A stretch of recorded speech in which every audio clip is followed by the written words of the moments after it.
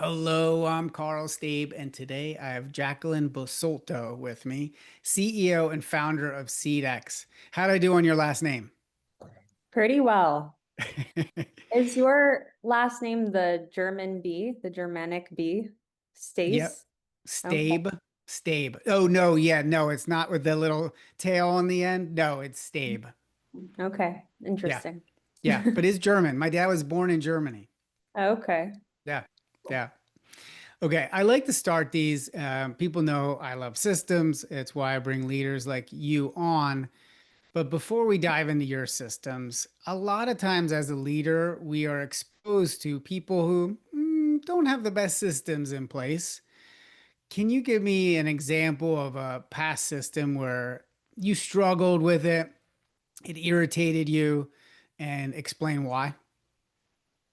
Sure, of course. I actually was pretty challenged by this prompt of coming to the podcast with a single system that I put into place. And I think it's because I don't think of myself as a systematic person, although of course to have founded a company and grown it, there are systems that I have in place. And so there was a lot of reflection that I had to do to prepare for this, which I'm grateful for. But I think that with myself specifically, I get very frustrated by overly complicated Mhm. systems. Excuse me. So things like Gantt charts, very kind of multi-step, multi-phase, almost like clunky processes, Mhm. frustrate me. They lose my attention. And so I really love the concept of the podcast and what we're talking about here because it's really looking at how do we get to the simplicity, the principles of systems that we can easily put into place and think about on a day-to-day basis. And so I think I am a person who gets very frustrated with systems and love the concept of thinking about what are those simple systems that can help us to thrive and make good decisions, lead, etc. So, do you have an example of a past system that an old boss or an old past leader put into place and you're like, oh my God, this is killing me? Um, Let me think. It's very strange because I had many jobs as a teenager and in college, but I was a young entrepreneur, so Mhm. I haven't I haven't necessarily had uh too many too many actual jobs with bosses, which is kind of funny for better or for worse, but I get very frustrated with um too much. So I guess one example would be uh, when I work with clients who are very um, focused or kind of tunnel vision on one specific piece of, let's say, a campaign or a creative deliverable that we're working on, and they don't understand the big picture or what the greater strategy or point of what we're doing is. Mm. So looking at, I guess, like approval processes can be really frustrating because sometimes I feel like clients miss the forest for the trees. Oh Um, yeah. so that can be really frustrating. That can be a really frustrating system. And I think being managed in the past at former jobs and internships, similar thing. Um, when someone is focused on a detail that uh, doesn't necessarily change the outcome of what you're doing, but is focused on that for the ability to micromanage, like Mm. micromanaging. And I see that as a failed system, and it actually kind of relates to the system that I want to talk about. Okay. Well, let's dive in because I don't want to leave people on a cliffhanger. So what is that system? Sure. So, as a preamble, I'm going to talk about a mini system and then the big system that I want to talk about. So, I mentioned that I consider myself a creative, kind of like loosey goosey, or not loosey goosey, but I feel my way through things and I Mm, don't reflect on systems enough.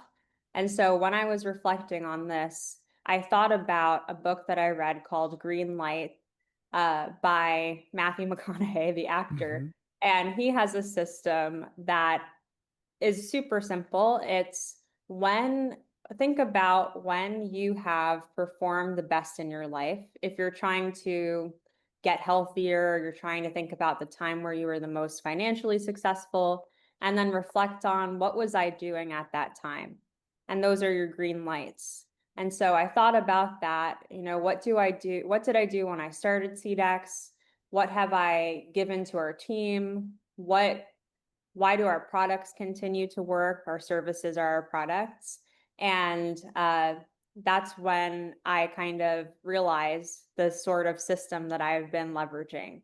And mm, so I'm going to call it the incomplete circle system.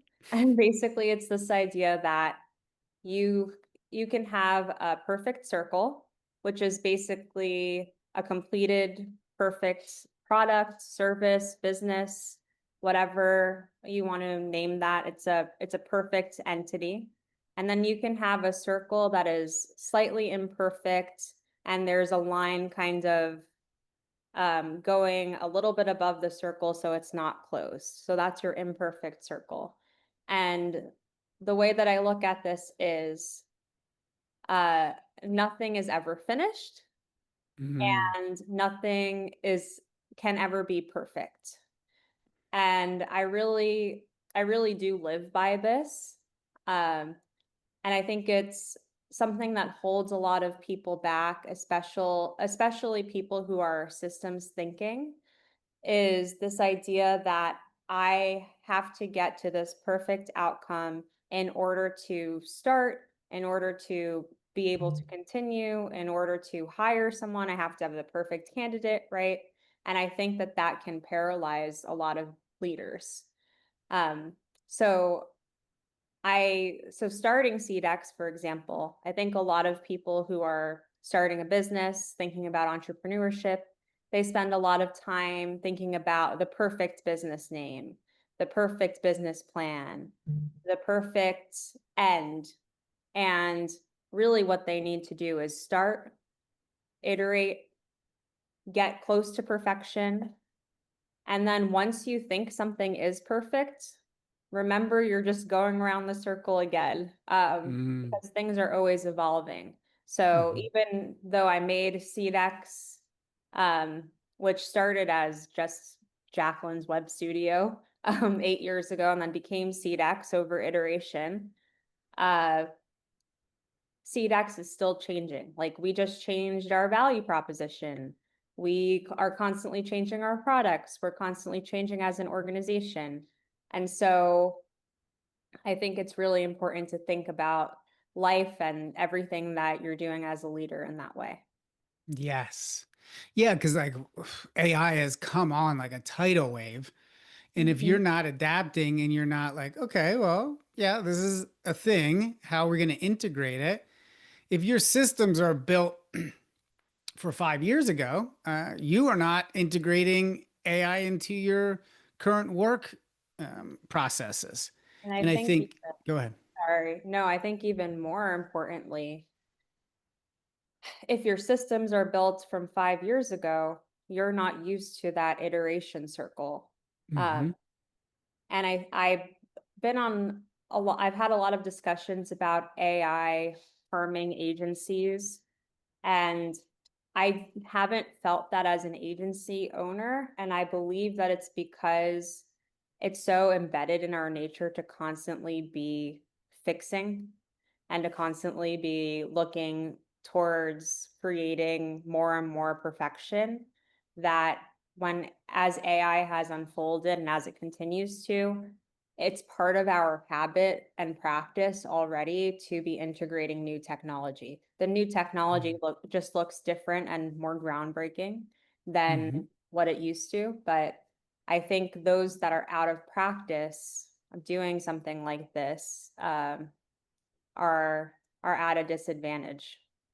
Yes. Yes. This is so, yeah. So when I help clients with building systems, it's not about like, okay, yeah, once you build the system, you're good to go for the next Yeah. 5 years, not even 1 year. The system should be have an iterative loop in it. And Hmm. that to me it's the Kaizen of constant improvement. Toyota Exactly. utilizes this. And so when you have that and it's built into your culture, you're right. When AI comes in, it's not you saying, "Hey, everybody, here's the system to use AI." It's creating a system that allows flexibility, that allows iteration, that allows people to teach each other how they're integrating AI. It might just be, "Hey, I'm using AI for, helping me write emails, or I'm using AI to help me, do research." And then you build a culture that encourages that and builds off of that versus staying stagnant and falling tripping over their own feet. Hmm. Exactly. And yes, I think that that that thought system has permeated through the organization. So that's how I lead. That's how we look at our services whenever we're offering a new service, which is our product. Well, typically, we try not to be afraid to offer that service, first of all, Mm. right? When it's imperfect, when it's super imperfect at the beginning, we'll do it for free for a client or we'll do it at a great discount and then just continue to improve upon it. That's typically how we launch a new service or offering. Um, Hmm. when it comes to hiring people, it's not about finding the perfect candidate with the best experience always. It's about finding, yes, experience matters, but also someone who has the potential to continue to grow towards our idea of perfection. And this is also just how I expect our leaders to lead. And I think, like you said, when that's the way that we're talking about work and that's the expectation, and people are talking about new ways that they're integrating technologies into their workflows and improving their workflows, and that they're allowed to, because at some companies, uh, people feel like they can't change Mm. process or they can't improve anything. And that's often something we have to dispel with new hires. Um, it just continues to kind of cycle forward. Okay, so what you're also saying too is, okay, these systems are in place. We have to have some systems. It can't be completely free flowing because otherwise everything becomes a mess. So, like, give us an example. Like, you have a regular process that you use to review these systems that's working and that's not, and then how do you improve upon them?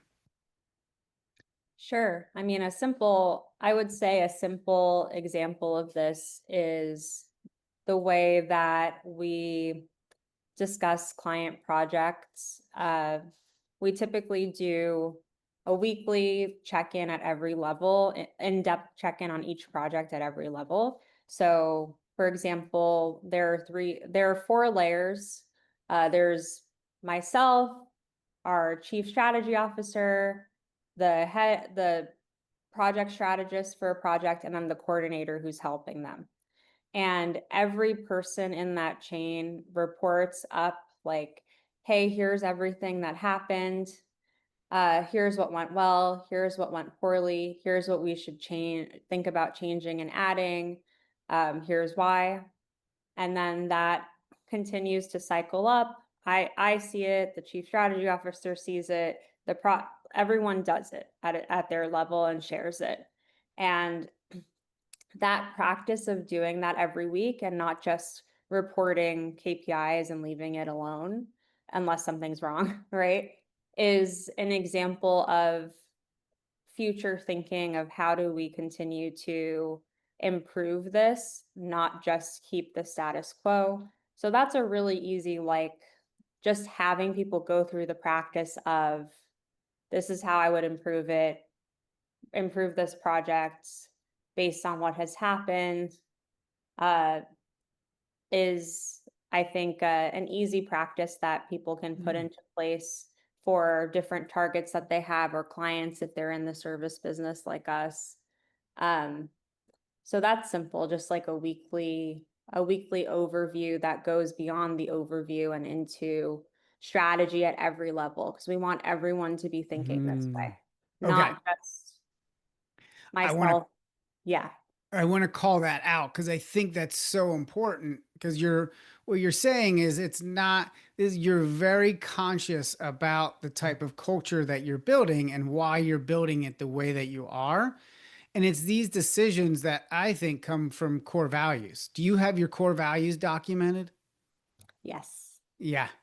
Because I think what you're saying is like, okay, if strategy is integrated at every level, it's for everybody. Everybody needs to understand why they implemented the things the way that they did and then Yeah. how it can be improved. And I love that it bubbles from the bottom up because then you're getting a better idea of, well, what's working well and not at the ground level, at the client level, at the customer level versus, okay, things are broken. Well, let's figure out how to solve them. And it's like top down. And then they say, well, let's try it this way, and then it doesn't work. But what you're saying is if you're getting this information from these reports from the ground, you're that's bubbling up, that's informing decisions, and that makes it easier to iterate across the whole organization. Is that right?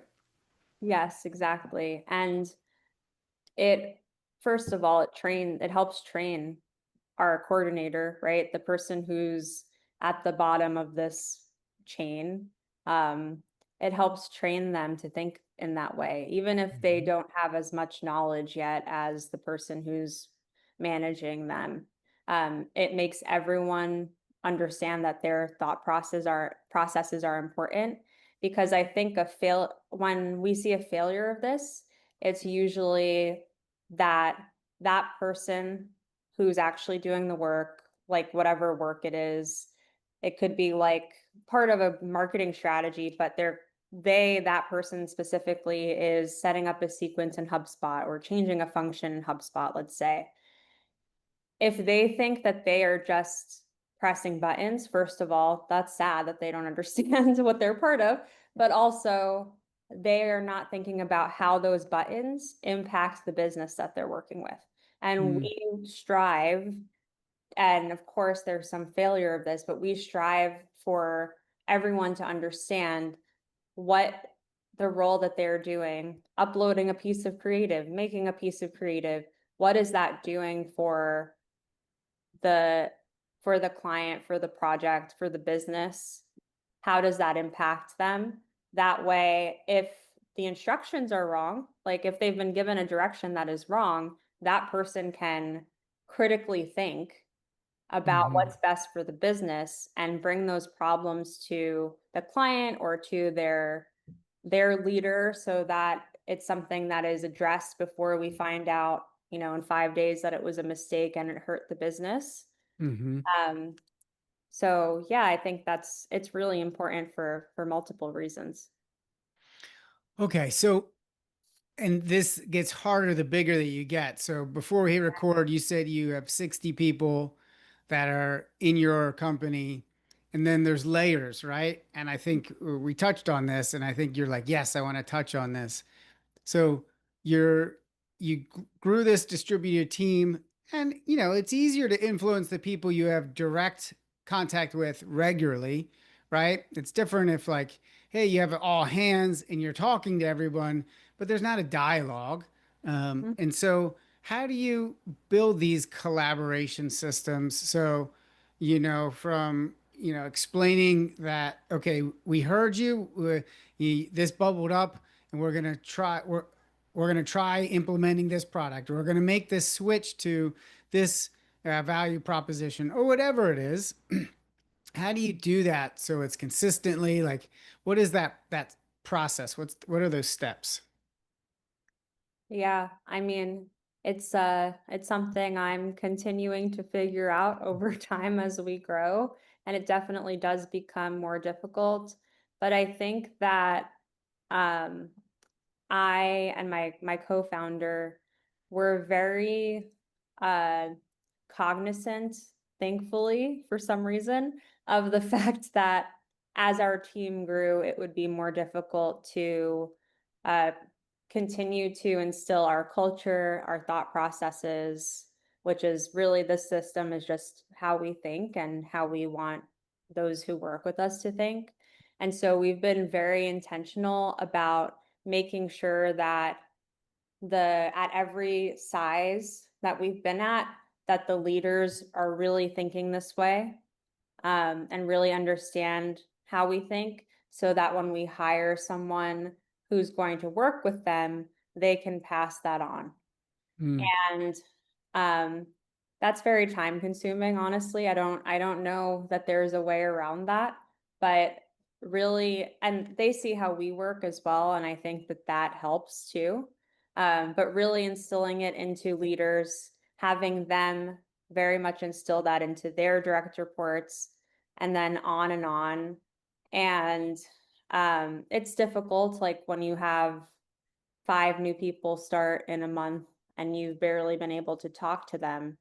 Um, what I find is even if we tell like I try to do a call with everyone who joins our team and tell them what we care about. And even though they're excited about it, it's hard to really understand or um, accept that that's true, like our culture and our thought processes, until you see them in practice. So I Hmm. think it's really important that they see everyone else around them practicing values and systems that are important to us, in order to really grasp them. So it really starts with making sure the people that you have on board are really clear on how people collaborate, why you collaborate the way that you do, modeling that behavior. But I'm guessing too is, we talk about holding people accountable, especially in systems.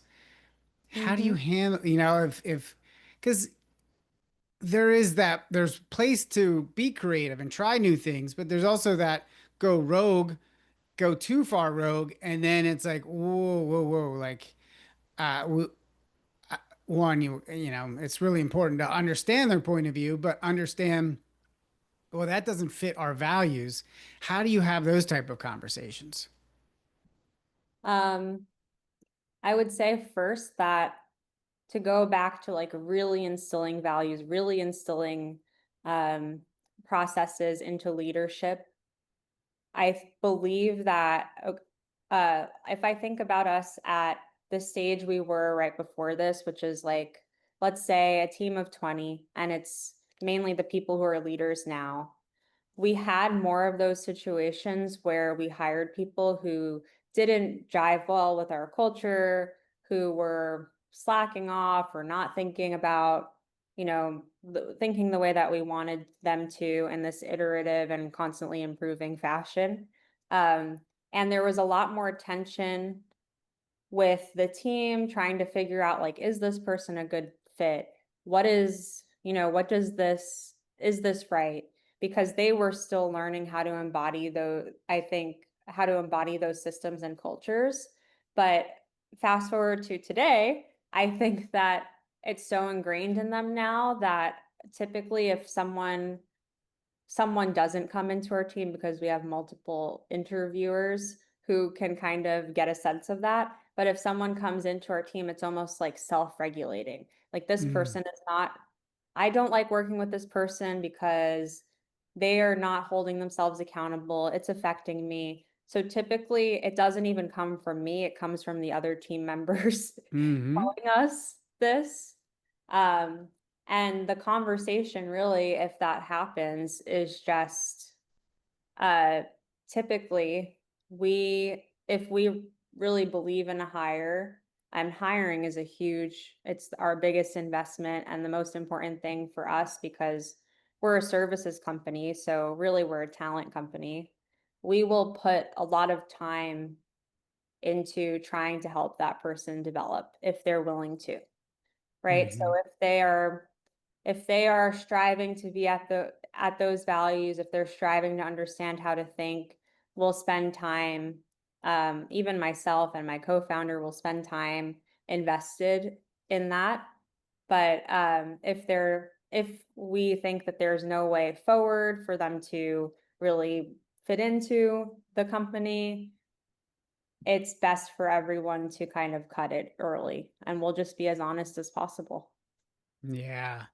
Yeah, I think this is having those difficult conversations. And it comes to me, it comes back to values, right? Like these are the values. This is why we do what we do. And what I find, and I don't know if you ever read the book Nonviolent Communication by Dr. Rosenthal. No, I It's a haven't. really good book, but it's basically like how do you have difficult conversations? And you know the book Radical Candor. Have you ever heard of that one?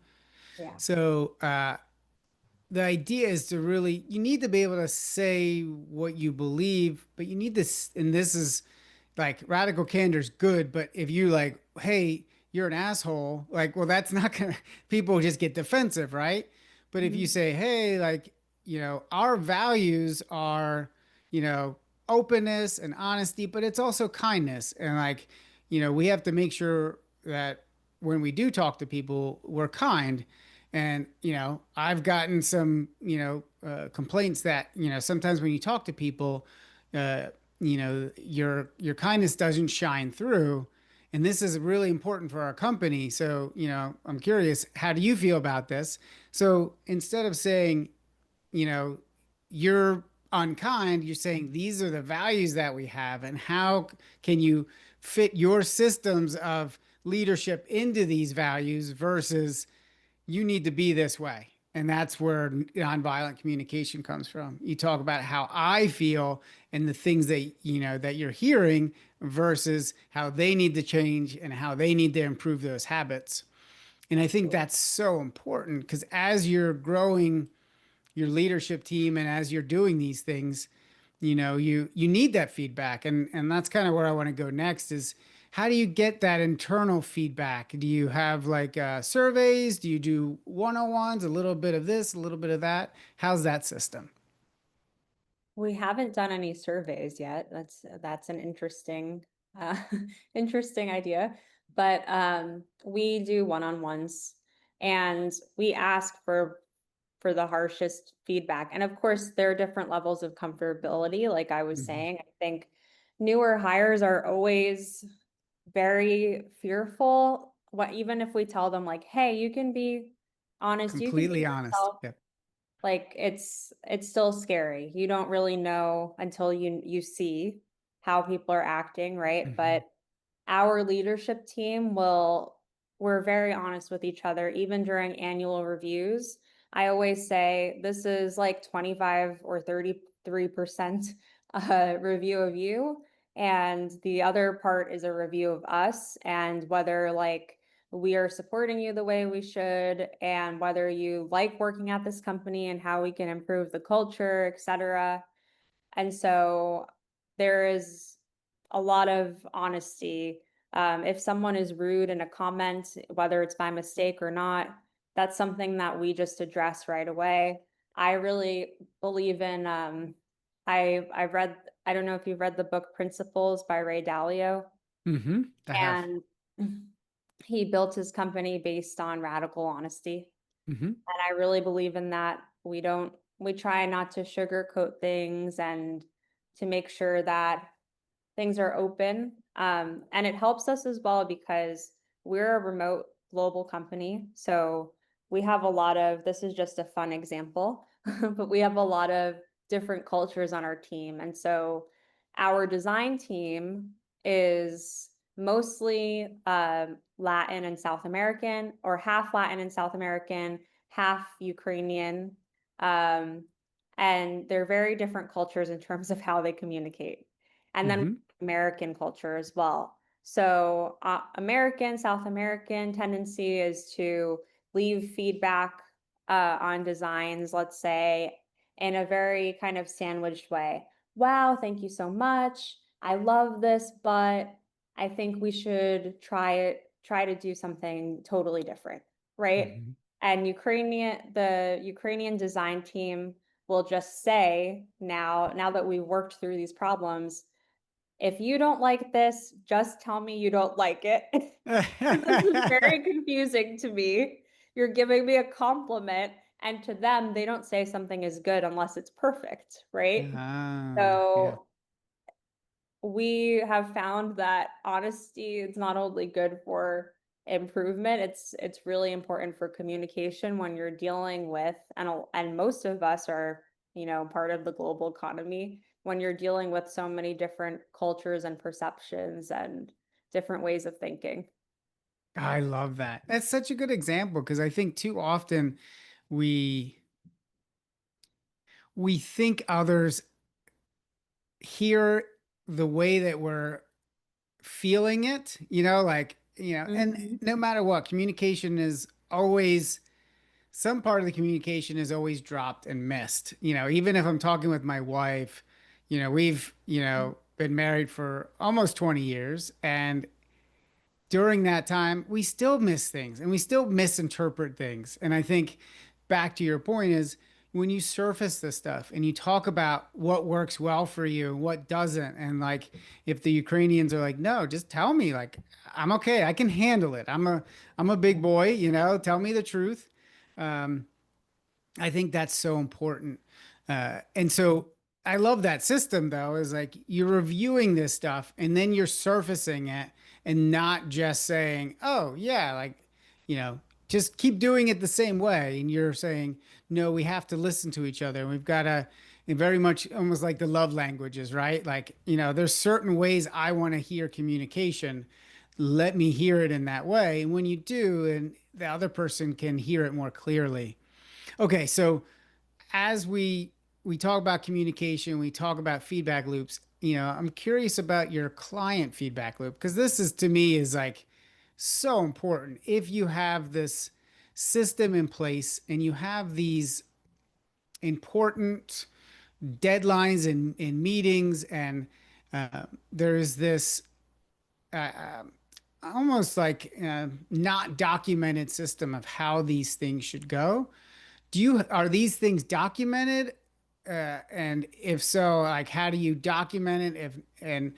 I guess maybe start with high level view of your customer experience systems, and then like, how do you track that stuff? That's a great question. So I would say, of course, we've had a variety of clients and the way in their comfortability with how we work. But the most ideal clients are those who allow us to do marketing in what I think is the best way, which Mm, is looking at marketing not just as short campaigns, like not just as our Thanksgiving campaign, our Cyber Monday campaign, our Christmas campaign, but they think of it as an evergreen cycle, because what that allows us to do is think on longer time horizons in terms of how we're improving their marketing outcomes, right? So if we are doing an ad campaign, or email marketing, or uh, what have you, for a client. I think you're frozen. I don't know if I should. Sorry, you froze for a second. I didn't know if I should keep going. Okay, perfect. Now you're, yeah, Okay, yeah. I just keep going. Yeah, I see some okay. red bars on your side. I'm like, uh-oh, do you have a weak connection? Because I'm No, it's looking on pretty my side strong. too. Now it's yellow for you. Okay. Okay, okay, I'll cut this out, so don't worry about it. no worries. So, I think where I was. So we like to think in terms of evergreen evolution when it comes Mhm. to a marketing campaign. So not just your Thanksgiving campaign, your Black Friday campaign, your Cyber Monday campaign as separate entities, but Mm. as the evergreen evolving year and years, what do marketing outcomes look like? So when we're creating ad campaigns, uh, email marketing, etc., we're doing this iterative process that I spoke about between our projects teams, up to myself, Mhm. with every client. And that's how we report, and that's how we actually run our meetings. So so I would say, like, other agencies might spend the majority of their meeting going through, like, let's check the ads together, let's see what the stats look like.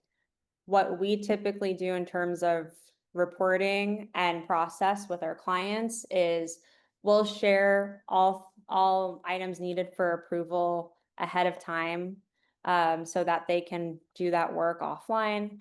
And we share weekly recaps, much like the one that I mentioned before, which is, hey, here are your analytics. Here's what we think they mean. Here's what we want to improve next week, to get towards our goals. And that's how our meetings are ran as well. So we'll talk about performance, and what the future goals are and the iterations that we're making, more than we talk about, you know, this specific email, this specific micro micro thing, like this specific copy. We try to do all of that communication asynchronistically, unless it's Mm. important and it has to be talked about. So again, it's this really iterative process. And what that allows us to do is build on our knowledge as we're bringing in results and analytics, build on our knowledge and make changes over time, so that Mm. the Cyber Monday campaign doesn't look like the Christmas campaign, because we've learned a bunch of stuff, since Cyber Monday. Um, and So do you so have a feedback loop for the clients, like if they're how they're viewing those systems and how comfortable they feel with them? Yeah. So there's reporting. Typically, so we have like data dashboards that the clients look at, but the systems iteration, usually that's something that our team will write to explain what our thoughts are to the client. And they will discuss that during the meeting. Um, Usually the clients are comfortable with the changes that we're making and the direction we're going in. If not, those are the kind of more challenging and intellectual discussions we want to have with our clients, right? Mhm. Like, is this aligning with the business? Is this the right direction? Mm. These So you're changes getting make that checking that pulse. Yeah, with them and Mm. with what their goals for the company beyond just the campaign, what their goals actually are. So that's how we like to work with clients. Sometimes we have clients who, I would say, are bad fits. They just want the same thing every month. And I think it's because they've hit the snooze button on their jobs, honestly, Hmm. and they don't Hmm. really care to improve. There are people Yeah. like that, right?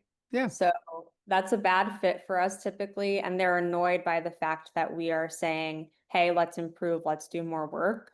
Um, but a good client will debate with us on those changes that we want to make. And they'll look at the data themselves and they'll say, well, I actually think we should bring it in this direction. So that's hopefully that gives some oversight. It does. Yeah. And I think when you do that, you're creating more engagement. And this is what's, I think, so many businesses kind of miss is like when you do that and you're showing people where you're headed and not just what was done, like a status update, but like back to thinking systematically of where this needs to go, then you're showing them what the vision is again and again and again and again. And then that dialogue can be like, okay, yeah, I like that. Or, hey, let's tweak this a little bit because they have good ideas too, right? And it's like that should be a collaborative process that you're trying to build between the client and the designer, the client and the website developer or whatever it is. Yeah, and obviously, hopefully the business owner or the marketing director, whoever we're working with, has more insight into their business, so they can actually tell us, oh, that doesn't work because we won't have that inventory in by then. Hmm. Or we're hiring a new salesperson. We actually need more volume this month. So if we're not communicating those changes and those thoughts to them, then we'll miss the mark as well. Yep. Yeah. Yeah. Oh, that's good stuff. I think this is no matter what, nothing's perfect. And I keep seeing, I don't know, I think there's a Zen symbol that's basically an unclosed circle. It keeps Mhm. reminding me of that, right? Like, because you're like, nope, we're just going to start back and we're just going to keep looping, and it never fully connects. But what you're doing is you're creating that, you're setting those expectations of, nope, we're going to keep iterating, we're going to keep growing. And some people can't handle that. And that's okay, right? And back to your point, maybe you need to fire that client that's like, no, I think we're good, because you're not going to get the results that you hope for, or that, the CEO helps for, if the VP is like, we're good.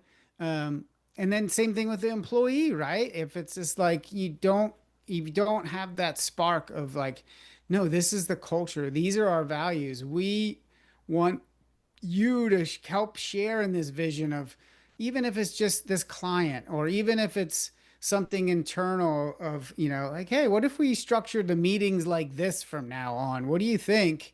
These things show that engagement and show that they care. And the more you do that and the more you encourage that, the more people are like, oh, yeah, like this is the type of place I want to work, because this is the way I light up when I'm able to say something and then it's actually listened to and implemented or tried in some way, or even if it's an adjustment to a system. That just shows people, oh, wow, when I do engage, when I do speak up, things will actually change and be improved. Yep, absolutely. Okay, so and oh, man, time flies. I've really enjoyed talking with you. Um, is there a leader that you would like to thank from your past? And it could be somebody on your team, executive team, or because you can lead from bottom up as well. Somebody in college or high school. But the idea is, we don't just build systems from nothing. We learn from other people.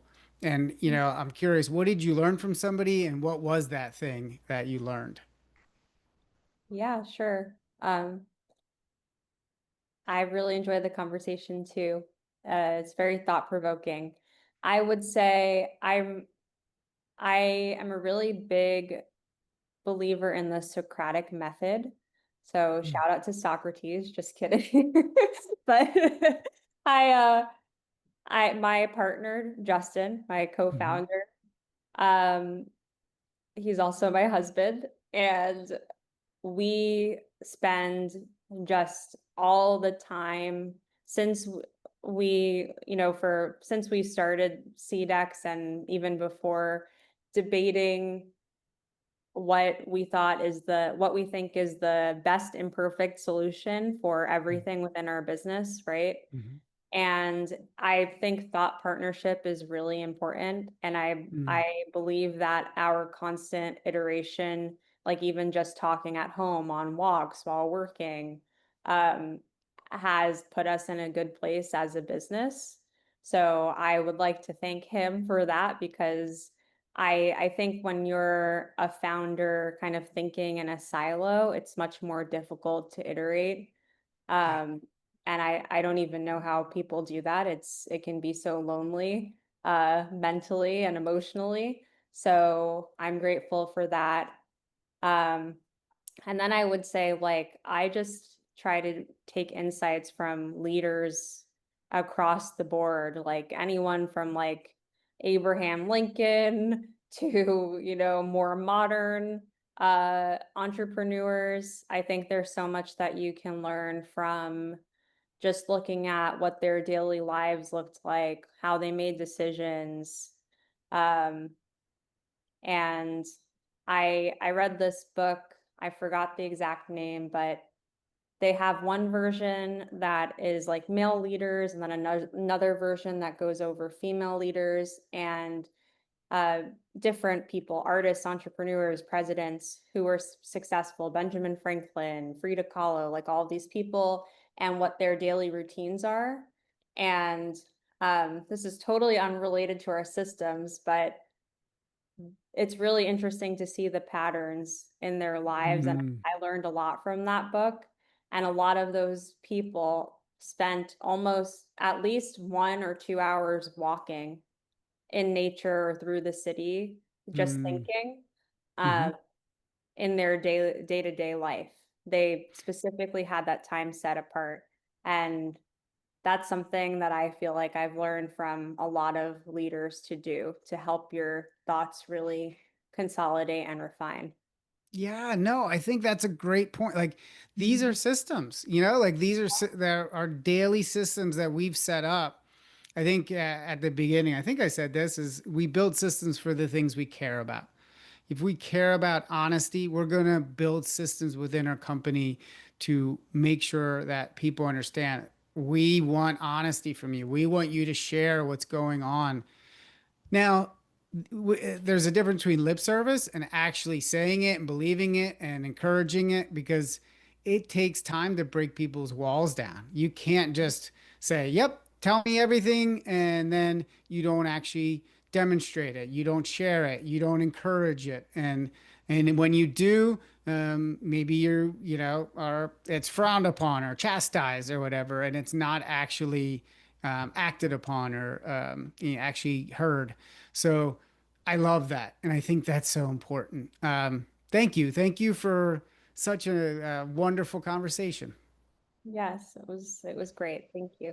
Oh, where can people go to find out more about you? They can visit seedx.us, which is our website, or find me, follow me, add me on LinkedIn. My name is Jacqueline Basulto, which I'm sure you can find in the show description. Yes, I will have that in the show notes and link that out. I always put the website and LinkedIn on there. So thank you so much. I really enjoyed talking with you. You too. Thank you.